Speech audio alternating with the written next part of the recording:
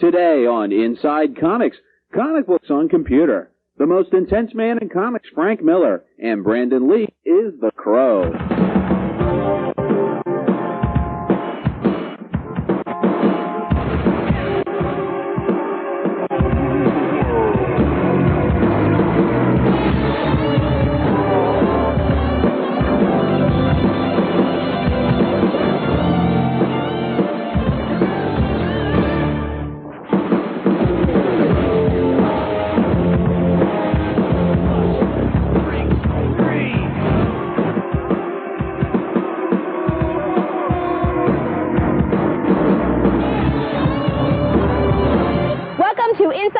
I'm Nikki. And I'm Tony. Today on Inside Comics, the humongous San Diego convention, comic books on computer, and the most intense man in comics, Frank Miller. But first, one of the greatest game crazes of all time. It's the Magic card.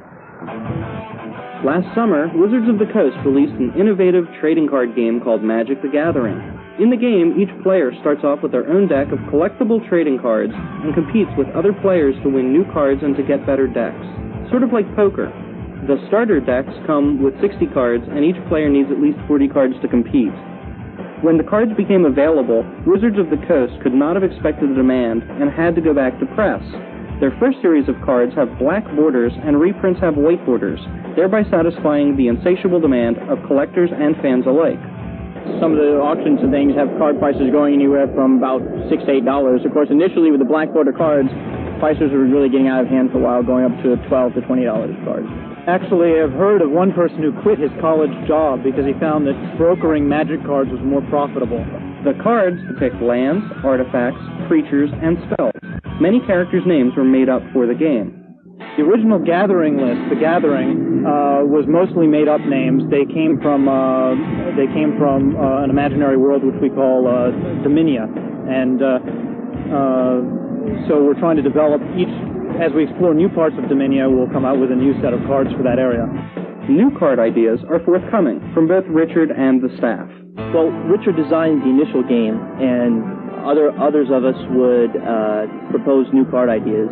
And so right now, mainly everything that's done now is what Richard did. And hopefully, well, actually, right now in the stores, there's a new release coming out, which is extra cards that Dave and I designed. A release called Antiquities, and they're just new card ideas. Booster packs are 16 cards in a pack, or 8 for smaller releases, and it gives you a chance to improve your deck without having to go out and buy a whole new one. Looking at comics this week, I want to talk about X-O Man of War. This is a Valiant comic, and it's really good. You should check it out. It's about a character that's a combination of Conan the Barbarian and Iron Man. It's about a 9th century barbarian that's kidnapped by aliens. He returns to Earth 1,000 years later, steals a suit of living armor, and comes back to 20th century Earth, and he does all sorts of barbarian stuff. It's from Valiant. Check it out. I thoroughly enjoy X-O Man of War. It's one of the few books in which the creative teams are constantly making it fully exciting and definitely something to look forward to. I highly recommend it. Youngblood over at Image Comics. Here's another book that's lots of fun. Creative teams are throwing tons of dynamic stories and artwork into this one. You have a group of young individuals like Shaft, he's an expert archman, Badrock, huge genetically mutated guy. They're going out and protecting our world from all types of heinous villains. Real exciting project coming up soon for them. Youngblood Year 1 is going to give you some little secrets about Youngblood's origin that happened long before Youngblood number 1 hit the shelves. I'm still not a big fan of Youngblood. I still enjoy the colors. I think their coloring system is great. The book has improved over the first few issues, but I still think it has a long way to go. It's very derivative of a lot of other superhero comic books. But let's check out the new Youngblood cartoon. Here's a clip.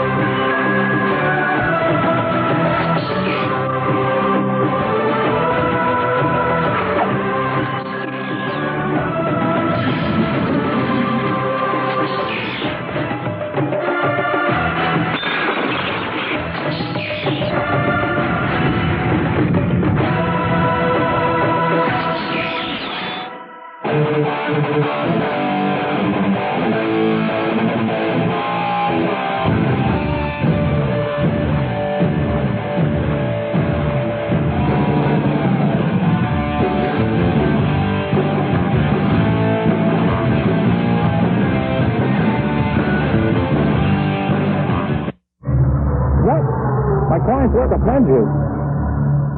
Don't worry. I'll take care of it. Whoopee, baby, dog. Love the music. But listen, if you're going to play in public, you're going to have to make these changes. Imagine all the art that could have been if it were not for censorship.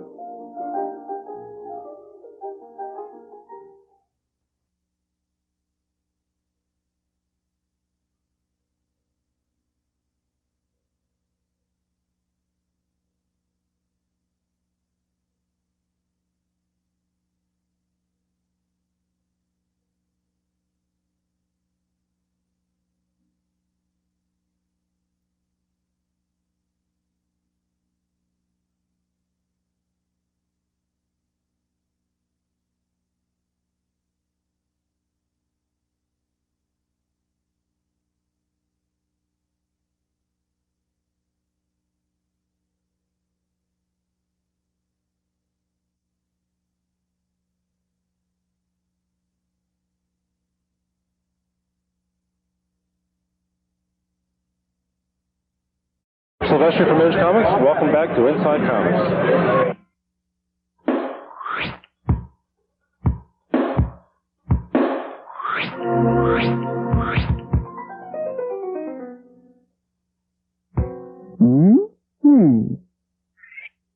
Basically, we put comics onto CD-ROM and add music, 16-bit audio, voices, special effects. Publishing has been moving on to disc past few years, and there's a good cross-section of comic book users and computer enthusiasts. With the advent of new technologies, comic books are becoming more interactive. In early '94, Marvel released its first electronic ashcan for Ghost Rider 2099. CD Comics produced an earlier CD-ROM for Malibu's Dinosaurs for Hire, and now has released Ben Dunn's Ninja High School comic on CD. Well, with this current title, Ben Dunn's Ninja High School, we have scanned in the artwork, and we have added animation. I've got nothing to hide.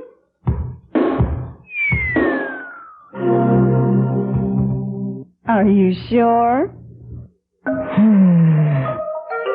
Ninja High School is a parody comic mixing several different genres of manga, the Japanese word which includes cartoons and comic book characters.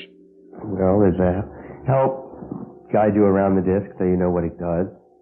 An interview, which is spoken in English and Japanese, conducted with Ben at the San Diego Comic-Con last year, and a profile section with the characters that are in the story, giving you basic information about them and where they appear.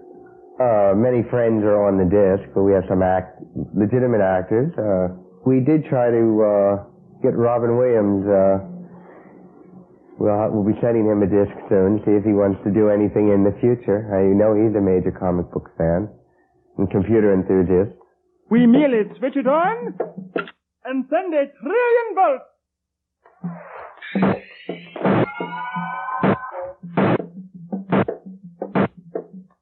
Professor Seamhead, are you all right? Ah, invigorating. We are talking with a few publishers and looking for our next project. We will be releasing Ninja High 2 at San Diego Comic-Con August 1st. The CDs take about 3 months to produce and retail for $29.95, and with the rising cost of comics these days, it may not be long before comic books enter the computer age. Taking a look at today's super movie. A super movie is a movie about superheroes or heroic exploits. Today's super movie is The Crow, starring Brandon Lee. Brandon plays a rock musician who comes back to life to avenge his own death and the death of his fiancée.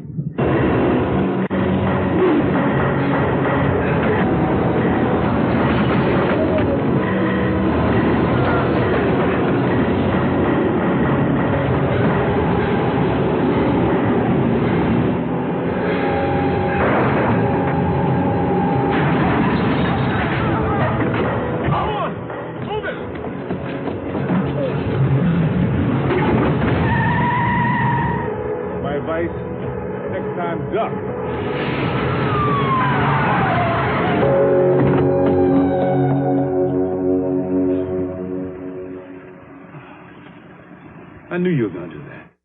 the idea was that there could be a love so strong that it could transcend death, that it could refuse death. I love you. Say that again. I love you. But to me, what appealed to me about the thing is this very evocative mood that is created by the comic book. And that's what I wanted to recreate. You know, that's the thing that I think everyone involved with the film is quite passionate about bringing to the screen. Is you see, when you look at the comic book, you see something in it that really affects you. And it's a very intangible quality, but that's what we're trying to create with the movie as well. Gentlemen,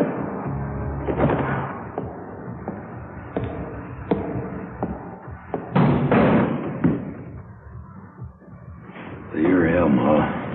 The Avenger. I've always been attracted to two general areas for movie subjects, just my psychological makeup.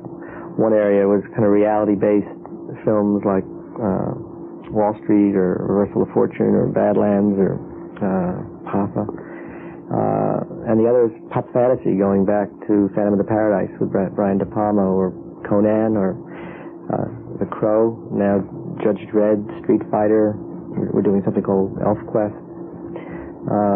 Island of Dr. Moreau. I saw in O'Barr's work in The Crow a unique vision, as stunning and unique as Frank Frazetta's world that he created for Conan. I think our work is our gift. That's all we have to give. And I think it's a gift from Brandon. I think it's all of us put our hearts into it, and hopefully people will enjoy it. The appeal of Eric's mission is that it is a very pure one. He has come back to seek justice for himself and for the woman he loved, and in a sense, for anyone who is victimized and has never had the chance to seek justice. I know you. I know you. I knew you. I knew you. But you ain't you. You can't be you. We put you through the window. There ain't no coming back. This is the really real world. There ain't no coming back.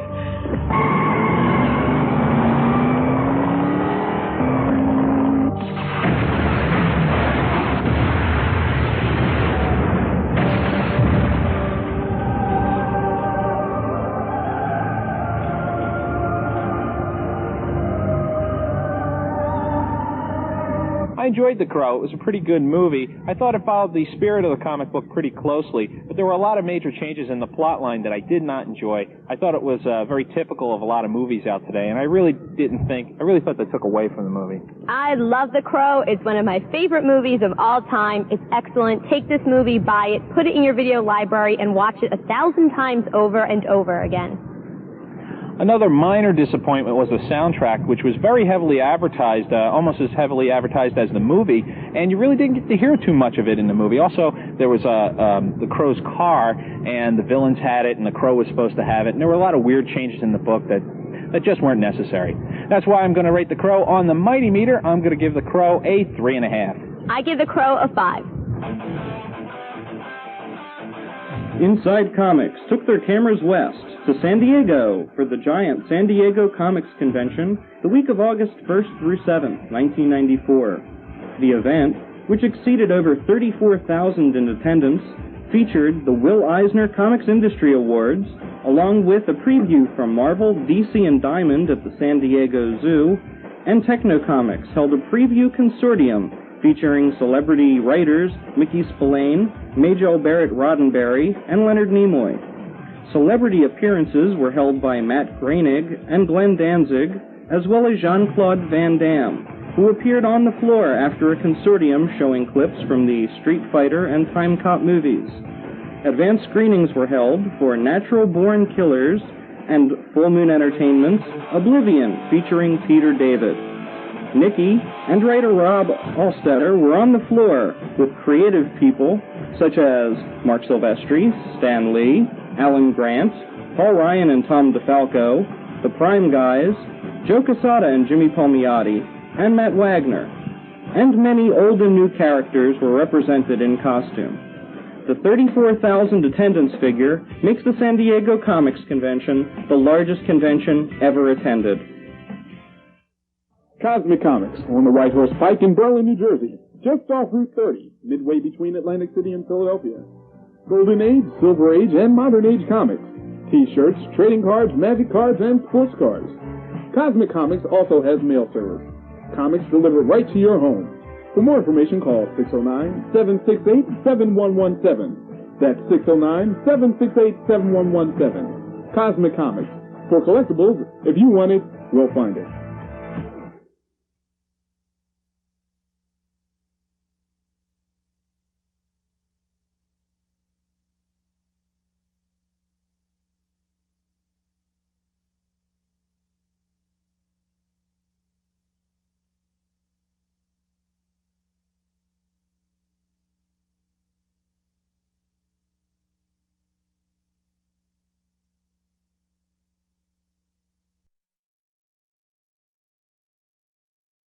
Information. Rob Allstetter's Comic Book Reporter phone line. Voice your opinion about important comic book issues. 313-252-2200, extension 0927. Frank Miller, the man behind such great books as Sin City and DC's legendary The Dark Knight Returns. Inside Comics got a chance to talk to him, and here's what he had to say. Frank Miller is one of the most sought-after artists, writers, and comics creators. Frank got his start at Marvel Comics thanks to another comic book legend, Neil Adams. And I got in the way a lot of us did back then. I simply moved to Manhattan and bothered publishers a lot. I got a lot of help from the artist Neil Adams, a lot of training from him, and professional contact. But essentially I made a nuisance of myself and kept trying until I got good enough to make a living at it. But it was Frank Miller's tough and gritty version of Daredevil that made him a hit with fans and critics. Influenced by early detective comics and writer Mickey Spillane, Frank forged a new kind of superhero. When I moved to New York to work as a professional, I was all set to do crime comics. I came in there with a bunch of samples of these tough guys in trench coats and found out that they didn't do anything but guys in tights.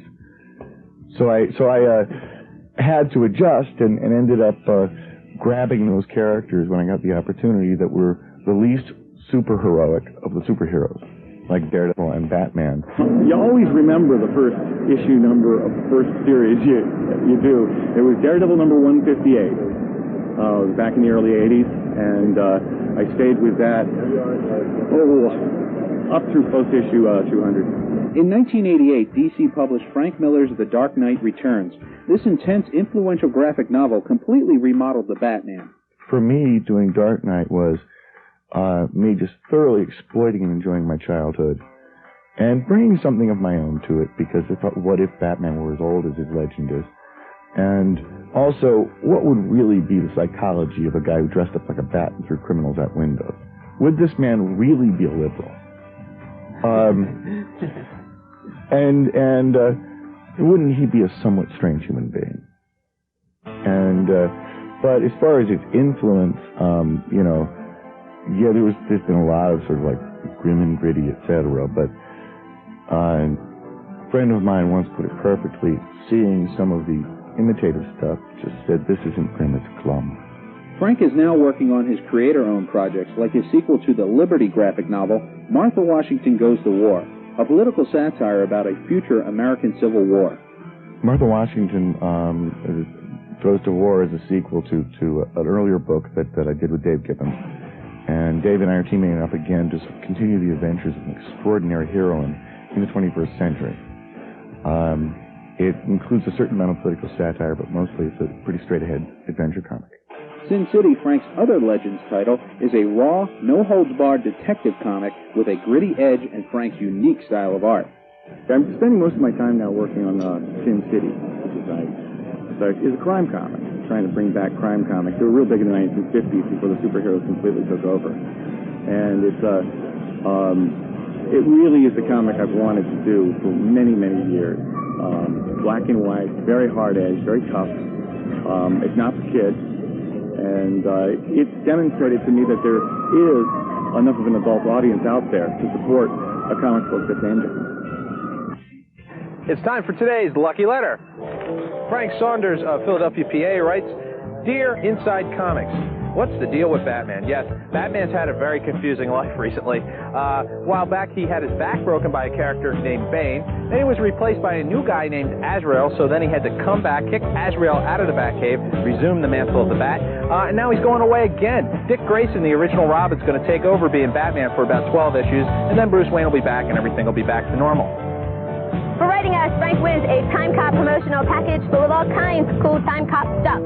If you would like to win a Time Cop package or other prizes, send your questions to Inside Comics, P.O. Box 10035, Philadelphia, PA 19108. Remember to include your name, age, address, and the type of stuff that you would like to win.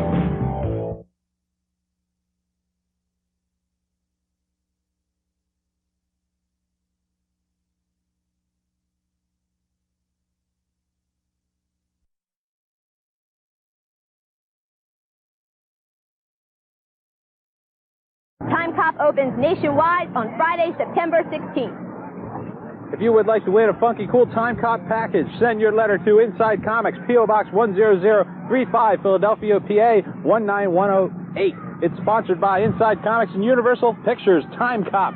Turn back the clock and your history. Welcome back to Inside Comics.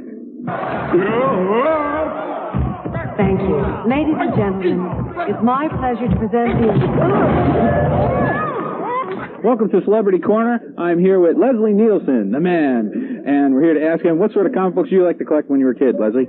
Oh, when I was a kid? Oh, I got Superman and Batman and Captain Marvel, and I had them all. As a matter of fact, I had one of the original Superman first issues, Oh, really? But I didn't know enough to save it. Yeah, well, I was young. I didn't know I needed the money. Who was your favorite out of all that? Well, Superman was always my favorite. No two ways about that. But the comics have changed so much now. I love Doonesbury. I love the Wizard of Id. I still love the Little King. And I used to like Alley-Oop. Oh, I remember. Yeah, and Jiggs and Maggie and Jiggs. The works.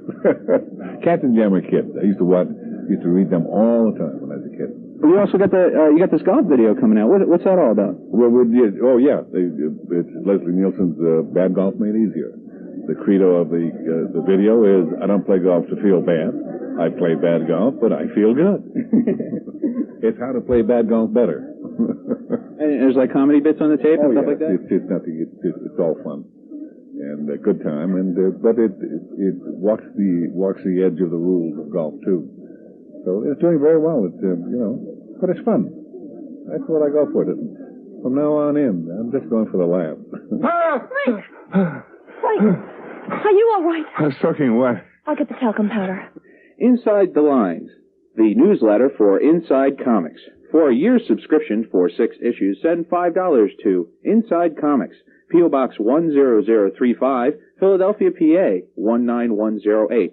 For all the interesting news behind the show and Inside Comics. That's it for Inside Comics this week. Tune in next week when we're going to review the movie The Mask. We're going to interview Screen Queen Brink Stevens, and we're going to be talking about Duckman. See you next week. Bye-bye. Honey, wait. I gotta go.